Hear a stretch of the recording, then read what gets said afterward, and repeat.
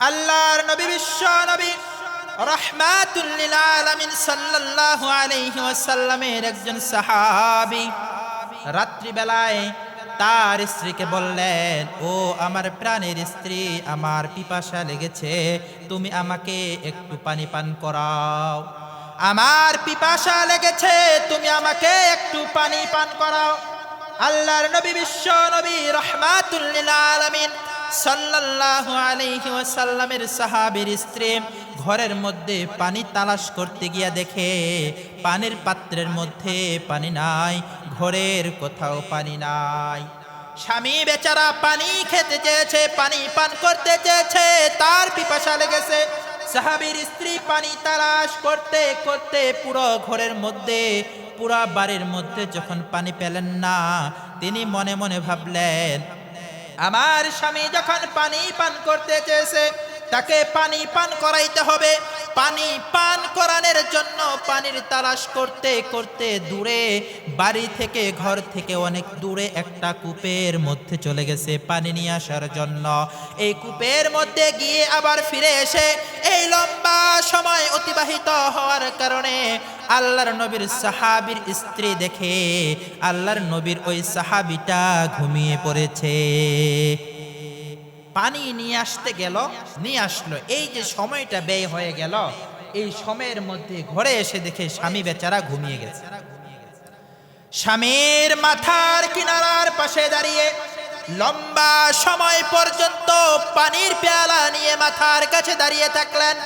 দাঁড়িয়ে থাকার পরে স্বামী বেচারা যখন ঘুম থেকে উঠছে, ঘুম থেকে উঠার পরে আল্লাহর নবীর সাহাবীর হাতে পানির বর্তনটা তুলে দিয়ে বলতেছেন, ও আমার প্রাণের স্বামী, আপনি পানি পান করতে চেয়েছিলেন, আপনার জন্য পানি নিয়ে এসেছি।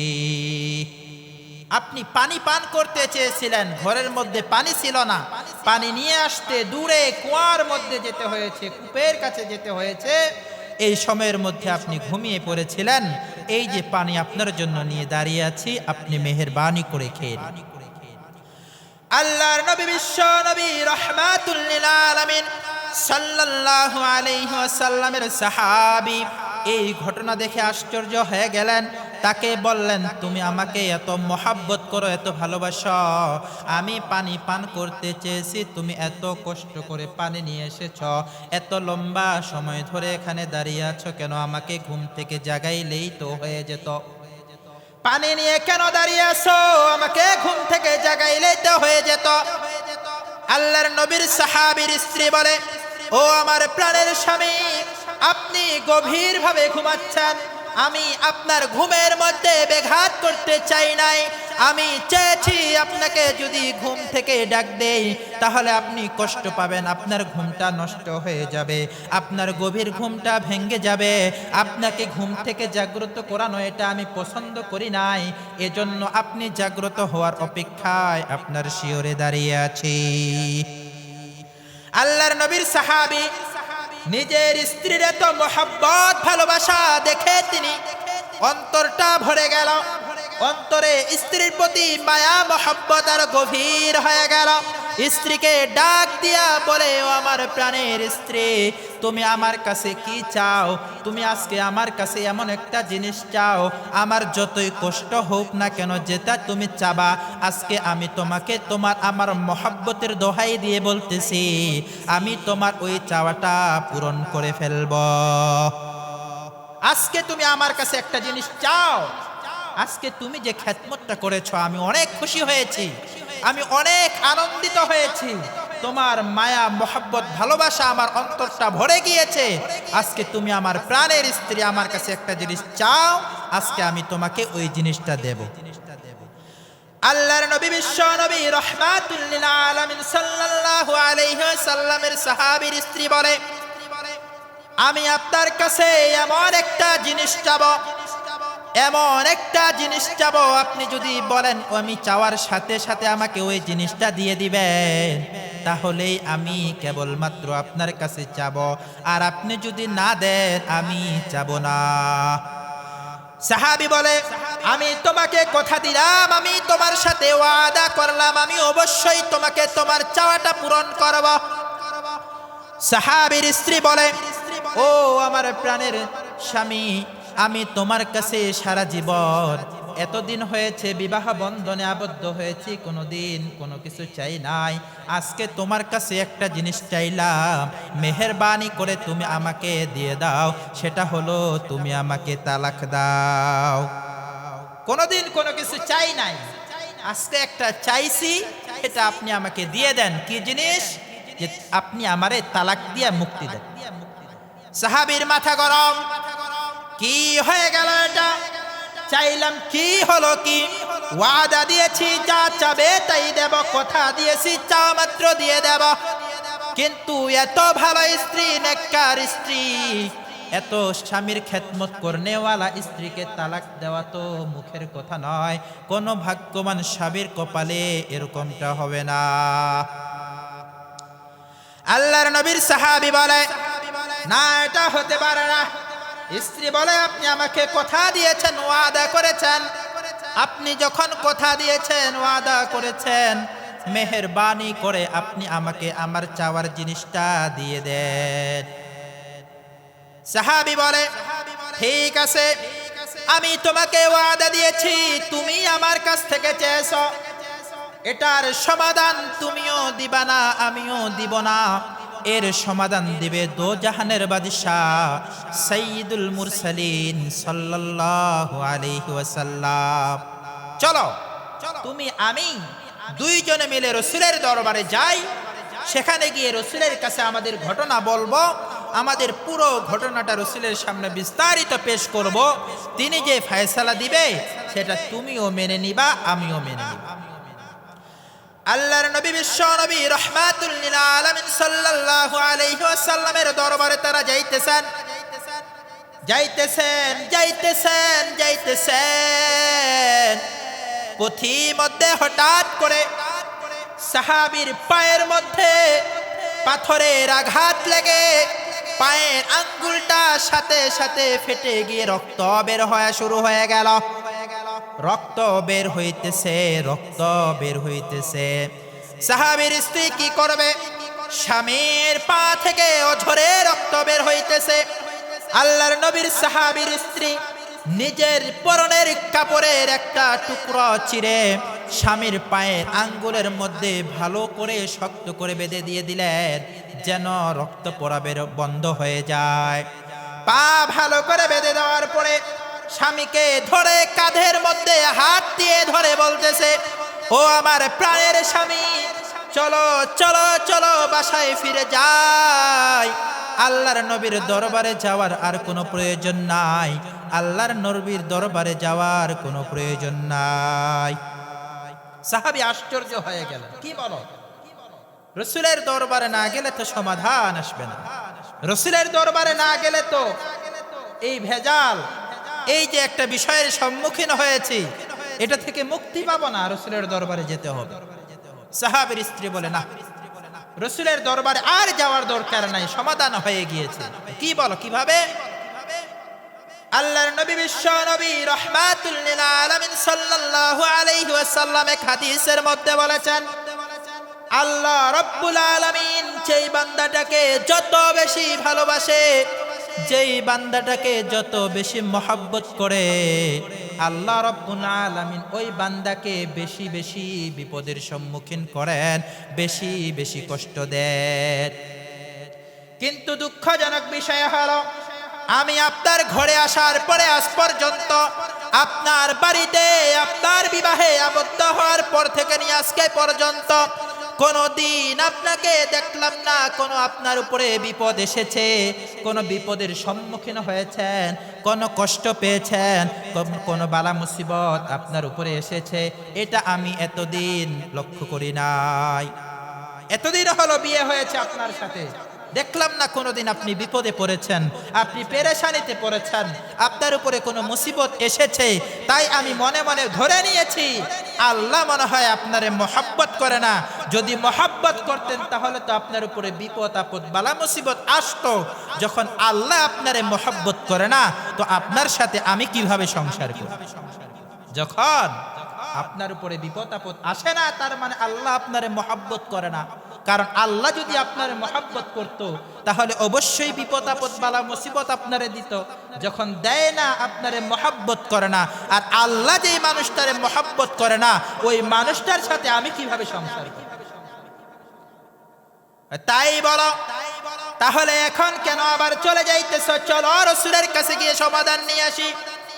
সাহাবীর স্ত্রী বলে, না না না, আল্লাহর রাসূলের কাছে আর যাওয়ার প্রয়োজন নাই। আল্লাহর রাসূলকে এই সমস্যার সমাধান দিতে হবে না। এই সমস্যার সমাধান স্বয়ং আল্লাহ রাব্বুল আলামিন আপনাকে দিয়েছেন। কিভাবে? বলে, এই যে কিছুক্ষণ আগে আপনি হোঁচট খেয়েছেন, আপনার পা ফেটে গিয়েছে, আঙ্গুল ফেটে রক্ত প্রবাহিত হচ্ছে। এই রক্ত প্রবাহিত হওয়া, আঙ্গুল ফেটে যাওয়া, পা থেকে রক্ত বের হওয়া, এটাও একটা বিপদ। আল্লাহ বলে দিলেন, ও আমার প্রাণের বান্দি, ও আমার মহব্বতের বান্দি, মহানবী সাল্লাল্লাহু আলাইহি ওয়াসাল্লামের দরবারে যাওয়ার প্রয়োজন নাই। আমি তোমার প্রশ্নের জবাব দিয়ে দিলাম। আমি বান্দাটারে ছোট্ট একটা মুসিবত দিলাম, যে বান্দাটারে আমিও মহব্বত করি। আমার বান্দাকে ছোট্ট একটা মুসিবত দিলাম, ছোট্ট একটা বিপদ দিলাম, যে আমার এই বান্দাটারে আমিও মহব্বত করি। সুতরাং সংসার ছেড়ে যাওয়ার প্রয়োজন নেই। প্রিয় হাজিরিন, এজন্য বলছিলাম, বিপদ আপদ বালা মুসিবত আমাদের উপরে যেটাই আসুক না কেন, বিপদ আপদ বালা মুসিবত রোগ, এই সবগুলো হলো আল্লাহর পক্ষ থেকে আমাদের উপরে নিয়ামত স্বরূপ আসে। হয়তো এর মাধ্যমে আমাদের গুনাহগুলিকে মাফ করায় দেয়, নতুবা আল্লাহর দরবারে আমাদের মর্যাদাগুলোকে বুলন্দ করে দেয়। আরেকটা কারণ, সেই কারণটা হলো আল্লাহ তাআলা অনেক সময় আমাদেরকে ছোট ছোট বিপদ আপদ দেন। বেশি বড় না, ছোট্ট একটা বিপদ। এই ছোট্ট একটা বিপদ থেকে অনেক বড় বড় বিপদ থেকে আমাদেরকে হেফাজত করে। ছোট্ট বিপদ দিয়েছেন, আমাদের কপালে বড় একটা বিপদ ছিল, কিন্তু আল্লাহ তাআলা আমারে মহব্বত করেন, ভালোবাসেন। এজন্য আল্লাহ চাইলেন যে না, এত বড় বিপদ আমার এই বান্দারে দেওয়া যাবে না। বান্দারে ছোট্ট একটা বিপদ দিয়ে তার কপালে, তার ভাগ্যে, তার তাকদীরে যে বিপদটা ছিল সেটা কাটাইয়ে দিয়ে দেয়। এজন্য ছোট্ট ছোট বিপদ আমাদের কাছে আসে। ছোট বিপদ, মাথা ব্যথা হয়েছে, জ্বর হয়েছে, সর্দি লেগেছে, ঠান্ডা লেগেছে, আল্লাহর কাছে দোয়া করেন, শুকরিয়া আদায় করেন। হতে পারতো আমাদের কপালে আরো বড় বড় বিপদ আপদ ছিল, কিন্তু আল্লাহ আমার সাধারণ জ্বর, সাধারণ সর্দি, সাধারণ ঠান্ডার মাধ্যমে আমার বড় বড় বিপদগুলোকে দূর করে দিয়েছেন। আল্লাহ রাব্বুল আলামিনের একজন পয়গম্বর ছিল, জলিলুল কদর পয়গম্বর হযরত মূসা আলাইহিস সালাম। আমরা সবাই মূসা আলাইহিস সালামের নাম শুনেছি। তিনি আল্লাহ রাব্বুল আলামিনের সাথে পাহাড়ের চূড়ায় দাঁড়িয়ে কথোপকথন করতেন। একদিন তিনি আল্লাহ রাব্বুল আলামিনের সাথে কথা বলার জন্য তিনি পাহাড়ের চূড়ায় যাইতেছিলেন। যাইতে যাইতে একজন মানুষের সাথে সাক্ষাৎ হয়ে গেল। মানুষের সাথে সাক্ষাৎ হওয়ার পরে ওই মানুষটা আল্লাহর নবী পয়গম্বর মূসা আলাইহিস সালামকে বললেন, ও আল্লাহর নবী, আপনি কোথায় যাইতেছেন? আল্লাহ রাব্বুল আলামিনের পয়গম্বর মূসা আলাইহিস সালাম বললেন, আল্লাহ রাব্বুল আলামিনের সাথে কথা বলার জন্য যাইতেছি। গুরুত্বপূর্ণ কিছু আলোচনা আছে, আল্লাহ রাব্বুল আলামিনের সাথে এই আলোচনাগুলো করে আসব। এবার ওই লোক বলতেছেন, আপনি আল্লাহর কাছে যাইতেছেন, আল্লাহ রাব্বুল আলামিনের কাছে গিয়ে আপনি আমার ব্যাপারে আল্লাহ রাব্বুল আলামিনের কাছে দোয়া করবেন, আল্লাহ যেন আমাকে পৃথিবীর প্রত্যেকটা প্রাণীর ভাষা বুঝার শক্তি দান করেন। আমি তো মানুষ, আমি তো শুধু মানুষের ভাষা বুঝি, অন্যান্য পশু পাখির ভাষা তো বুঝি না। আপনি আল্লাহর কাছে দোয়া করবেন, আল্লাহ যেন আমাকে সব প্রাণীর ভাষাগুলো বুঝার তৌফিক দান করেন এবং শক্তি দান করেন। আমি যেন গরু কি বলে এটাও বুঝি, মানুষ কি বলে এটাও বুঝি, মুরগি কি বলে এটাও বুঝি, পাখি কি বলে এটাও বুঝি। এই সবগুলো প্রাণীর ভাষা যেন আমি বুঝি, আপনি আল্লাহর কাছে দোয়া করেন। মূসা আলাইহিস সালাম বললেন যে না, এটা তোমার জন্য কল্যাণকর হবে না, এটা তোমার জন্য ভালো হবে না। যদি তোমার জন্য সব প্রাণীর ভাষাগুলো বোঝা ভালো হতো তাহলে আল্লাহ অবশ্যই তোমাকে ওই শক্তিটা দিতেন। যেহেতু এটা আমাদের জন্য কল্যাণকর নয়, এজন্য আল্লাহ আমাদেরকে দেন নাই। আর আল্লাহ যখন আমাদেরকে এই শক্তি দেন নাই, তাহলে এই শক্তিটা আল্লাহর কাছে চেয়ে নেওয়াটা আমাদের জন্য বোকামি হবে। তো এই মানুষটা নাসর বান্দা, সে বলতেছে যে না, আমি ভাষা বুঝতে চাই, আপনি আল্লাহর কাছে দোয়া করেন আমি যেন সব প্রাণীর ভাষা বুঝি, এটা আমার জন্য কল্যাণকর হোক আর অকল্যাণকর হোক এটা দেখার বিষয় নেই, আমি সব প্রাণীর ভাষা বুঝবো, এটাই আমার মনের তামান্না, এটাই আমার মনের ইচ্ছা। আপনি মেহেরবানি করে আল্লাহর কাছে দোয়া করবেন। বনি ইসরায়েল তো যেটা বুঝে সেটাই, কারণ বনি ইসরায়েল না, বনি ইসরায়েল ইয়াহুদি জাতি ঘাটটেরা, এদের ঘাড় বাঁকা, এরা কত খারাপ কত জঘন্য, নবীদের কথা অবান্য করত। ইয়াহুদীদের সব থেকে বড় পরিচয় হলো তারা নবীদেরকে হত্যাকারী, তার চেয়েও বড় পরিচয় হলো তারা আমার নবীকে বারংবার হত্যার চেষ্টা করেছে। তাই স্পষ্ট ভাষায় আমি বলতে চাই, ইয়াহুদীরা আমার দুশমন, আমার নবীর দুশমন, আমার আল্লাহর দুশমন, সমস্ত মুসলিম মিল্লাতের দুশমন। এই ইয়াহুদি ইসরায়েলদের বিরুদ্ধে প্রতিরোধ করে তোলা আমাদের প্রত্যেকটা মুমিন মুসলমানের ঈমানি দায়িত্ব। তারা রসুলদের কথা মানত না, রসুলদের নসিহত মানত। মুসা আলাইহিস সালাম বললেন, ঠিক আছে যাও, তোমার জন্য আমি দোয়া করে দিলাম এবং আমি আশাবাদী আল্লাহ রাব্বুল আলামিন তোমার এই দোয়াটাকে কবুল করবেন।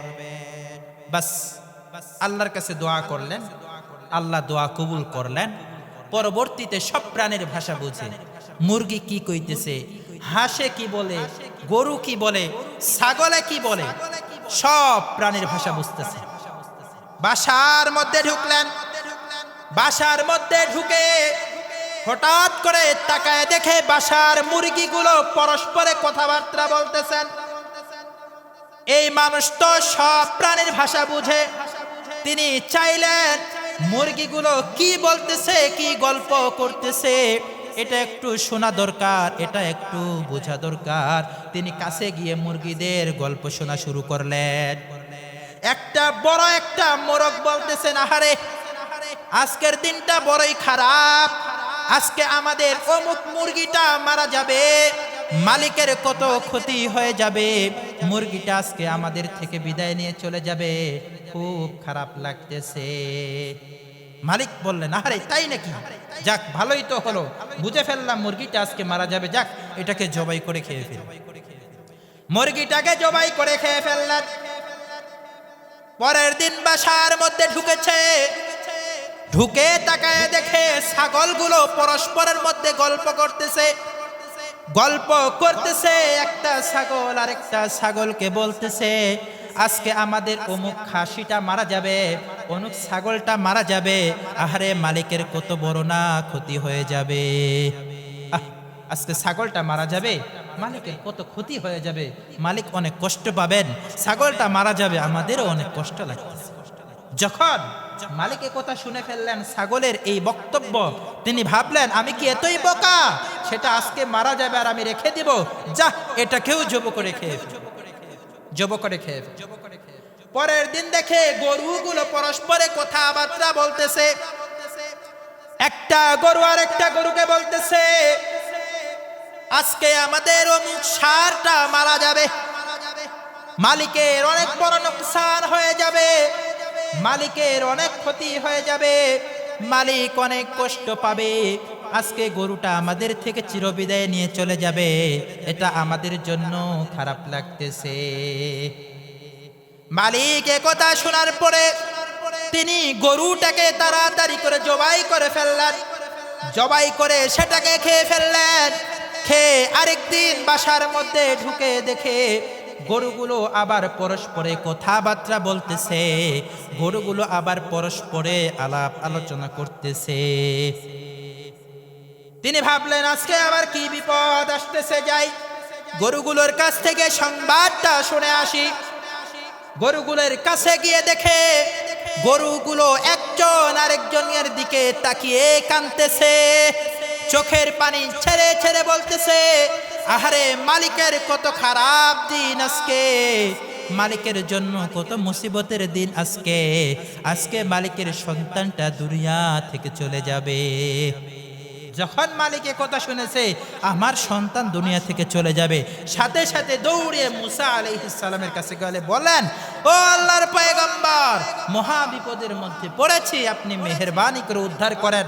আমি আর প্রাণীর ভাষা বুঝতে চাই না, মেহেরবানি করে আল্লাহর কাছে দোয়া করেন, আল্লাহ যেন আমার আবার আগের মতো বানায় দেন। আল্লাহর নবীর পয়গম্বর হযরত মুসা আলাইহিস সালাম বলেন, আমি তো তোমাকে এটা আগেই বলেছিলাম, সব প্রাণীর ভাষা বোঝা আমাদের জন্য কল্যাণকর নয়। তো কি হয়েছে, ঘটনা কি আমাকে খুলে বলো। ওই ব্যক্তি মুসা আলাইহিস সালামকে সবকিছু খুলে বলার পরে মুসা আলাইহিস সালাম বললেন, আল্লাহ তোমারে চাইছিল মুরগি দিয়া তোমার থেকে বিপদটা দূর করায় দিবে।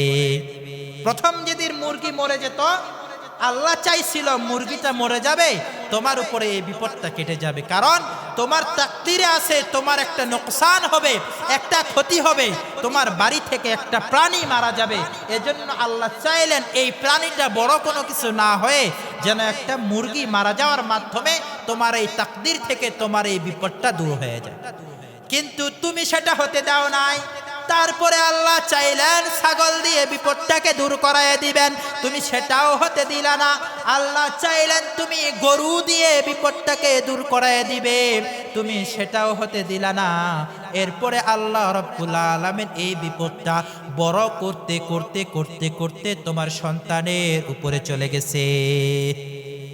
এজন্য প্রিয় হাজিরিন, এই ঘটনা থেকে যে জিনিসটা আপনাদেরকে বুঝাতে চাইলাম সেটা হলো আমাদের উপরে যে বালা মুসিবত গুলো আসবে, যে বিপদ গুলো আসবে, যে নুকসান গুলো আসবে, এগুলো আল্লাহ রাব্বুল আলামিনের পক্ষ থেকে আমাদের জন্য নিয়ামত স্বরূপ আসবে।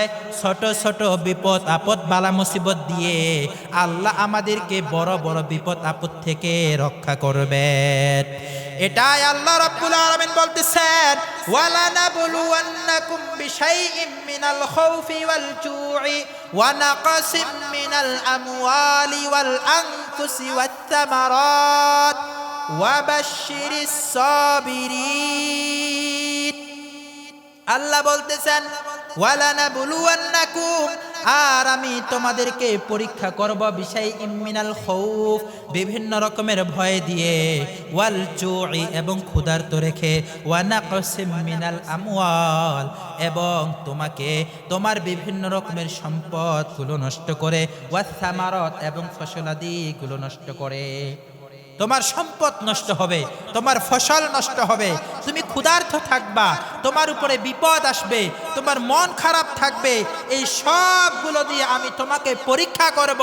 যদি তুমি ধৈর্য ধারণ করতে পারো তাহলে তোমার জন্য সুসংবাদ, ওয়াবাশশিরিস সাবিরিন, আর ধৈর্যশীলদের জন্য রয়েছে মহা সুসংবাদ।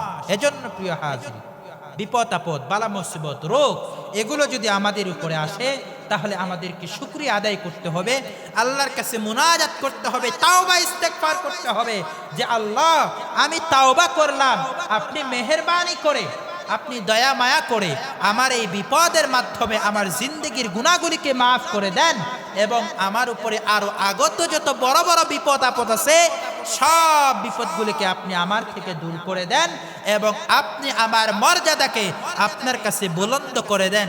এরকম ভাবে আল্লাহ রাব্বুল আলামিনের কাছে দোয়া মুনাজাত করতে হবে। আল্লাহ তাআলা আমাদের সবাইকে সর্বপ্রকার বিপদ আপদ বালা মুসিবতে ধৈর্য ধারণ করে সাবিরিনদের কাতারে শামিল হওয়ার তৌফিক দান করুক। সকলে বলি আমিন।